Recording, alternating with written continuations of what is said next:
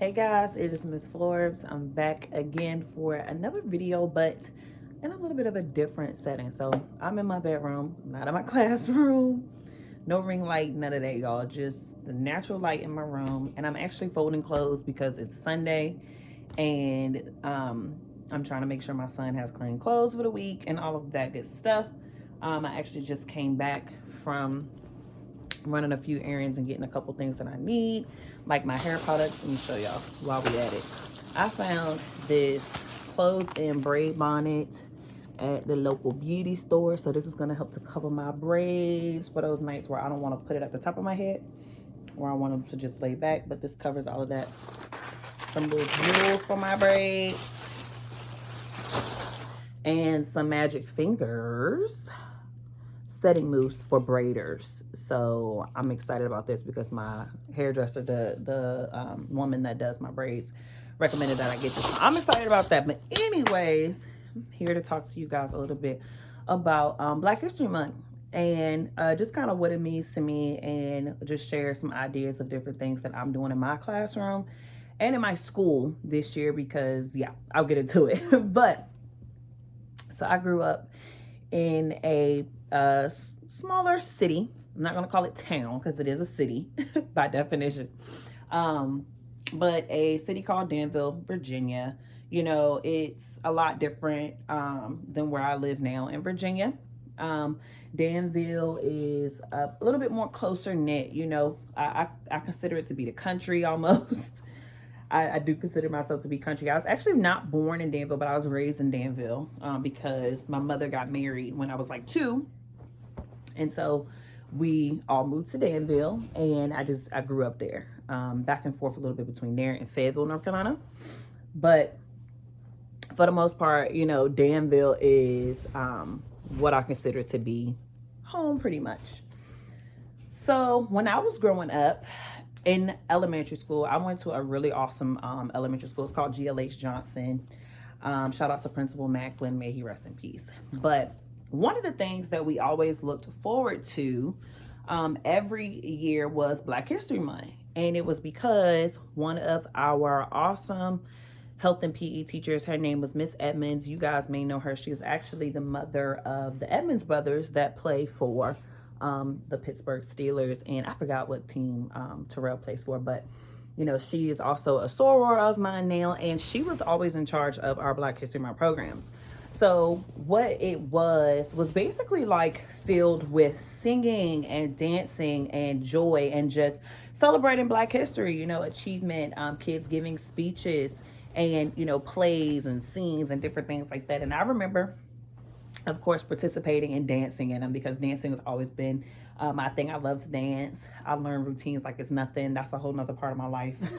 But you know, it meant a lot to us in our community to have a program in which, you know, it was all about Black culture and Black history and celebrating that, right? And how we wanted to celebrate it. And so that always stuck with me. And when I got to college, honestly, I've always loved history. Like always been better at history than I was at like math or science or anything else like that.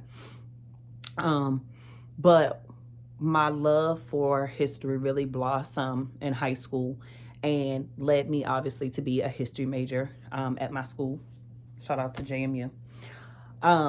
And when I got into my master's program is when I realized that I really wanted to, you know, put my emphasis more so on African-American history. So I actually teach African-American history now.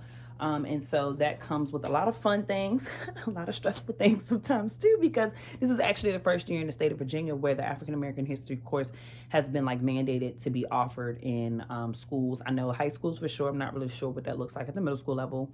But I know that, you know, Governor Ralph Northam was instrumental in making sure that it was something that was offered in schools across the state. So this is like the first year my county is offering it at all the high schools. And so we, you know, I lead a small cohort of teachers or collaborative learning team of teachers across the county. And we kind of get together and talk about, you know, our experiences with teaching the course. We kind of just help each other along. This is the first year, you know. But one of the things that I managed to do is not only plan activities for my classroom, but for the whole school, which has been another daunting task. So I'm gonna start with talking about what I have planned for my class. So I figured since there's like 4 weeks that we have, to play around with, we're going to continue our curriculum, that what we're learning, which is Reconstruction. So we'll continue that, but we'll also have themes for each week in my classroom. So this first week, the kids kind of requested that we do some sort of project related to Black culture. So I designed a Black culture project that's actually on my teachers page, always linked in the description. But I designed that, so I'm gonna assign that to them. They are going to basically be able to create through that. So whether that's going to be a poster or a trifold, it's going to be related to different aspects of Black culture.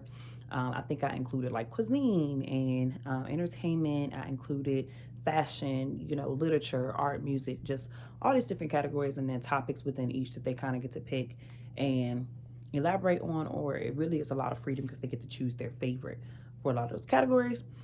I know one week I'm gonna do Black movies. So like popular Black movies that some of them the kids requested are kind of like inappropriate for school. So of course I have to use my best judgment as the teacher, what gets to make it on the list and what does not. Because I definitely don't want to be showing like Friday with all the cussing. So, but I think I'm gonna do like a Black movie week. I'm going to do 1 week where we focus in on like poems and poets and literature and stuff like that. I might have them recite a poem.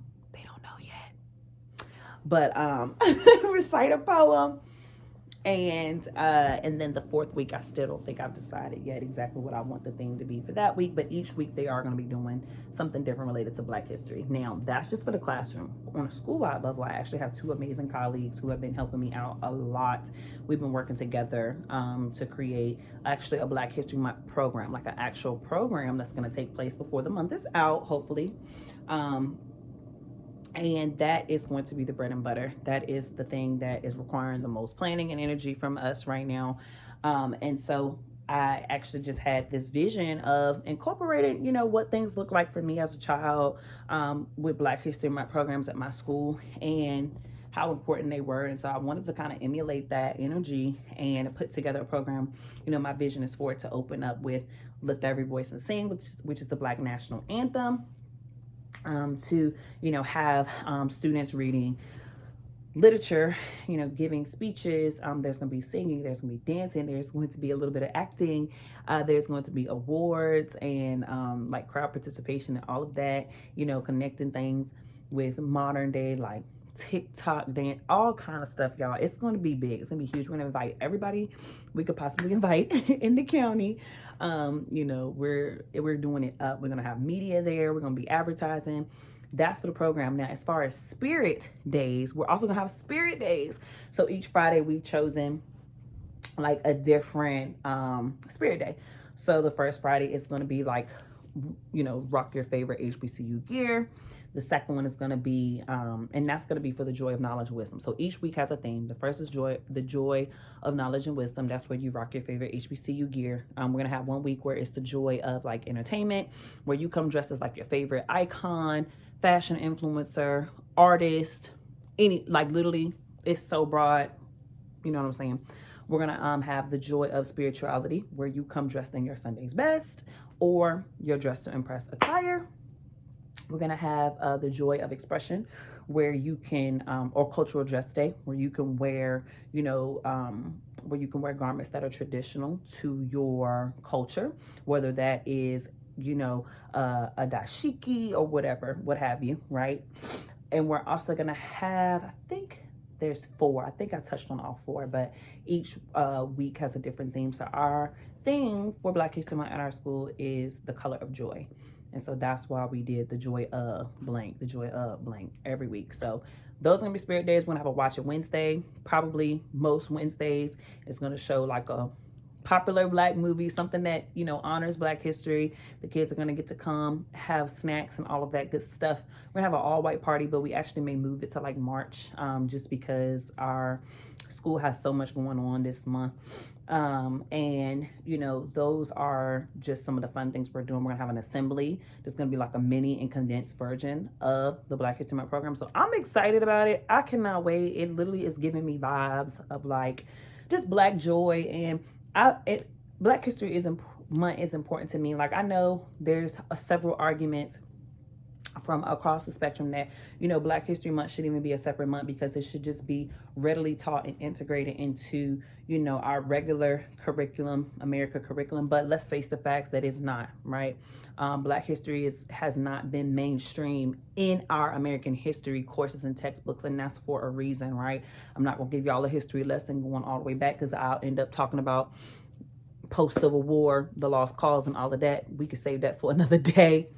But, you know, to me, Black history is about joy, and it's about celebration. It's about achievement. It's about honesty. It's about love. It's about all of that. And I think that if your school is not a school that traditionally celebrates and honors Black history, because maybe your population doesn't even have that many Black students or students of color, whatever the case may be, you know, I challenge you to start something. I had to do that when I was just a student teacher. I was literally a student teacher, y'all, at a school where there was no Black people for real. And February 1st came and I noticed that there wasn't no announcements being made about Black history. There wasn't any acknowledgement at all. And I was kind of confused by that. So what I did was I took the initiative and I created 28 facts that the principal could read off in honor of Black History Month for that entire month. And he was so happy and grateful that I did that. And he was like, oh yeah, maybe we should be doing that. And that was, you know, in a whole different part of Virginia than where I live now. That was, I'm not gonna name the county, but awesome people, right? But I just noticed that that was a gap. And, you know, I felt that it wasn't okay, so I decided to take action. So maybe you're in that situation. I challenge you, create something, do something to draw attention to it, because honestly, if we don't, we're going to continue to have these different thought processes and things that we see play out in the media. You know, there's been a lot of controversy here in Virginia. Obviously, I'm a Virginia history teacher, so all of the stuff that's been going on in the media lately related to our governor and some of the decisions that he's making obviously affect me and my classroom and my students immediately, as well as a lot of English teachers too, who are dealing with like censorship and book banning and stuff like that. That's a whole nother video. I do plan on getting into that topic pretty soon. Talking about, you know, critical race theory and stuff like that. And if that's something that you really want to hear about, then drop a comment below, because trust me, we can get into it. You know, I just try to let things calm down sometimes so I can speak from a place of, you know, from my heart and knowledge versus going in because I'm upset about something, right? So, but yeah, that's what Black History Month means to me. And I hope that you find a way to celebrate it in your classroom, in your school, whether it's something that is made a big deal or not. My school, we're doing the most. I'm doing the most. I'm wearing all my Black History Month shirts starting tomorrow. I have my own Etsy shop. If you guys need some Black history gear or some Black, you know, magic inspired gear, then go visit my shop. Link is going to be in the description. But I thank you guys. Hopefully this video was, you know, hopefully it's giving vlog. It's giving vlog, you know. But thank you guys. And I hope that you have a happy Black History Month.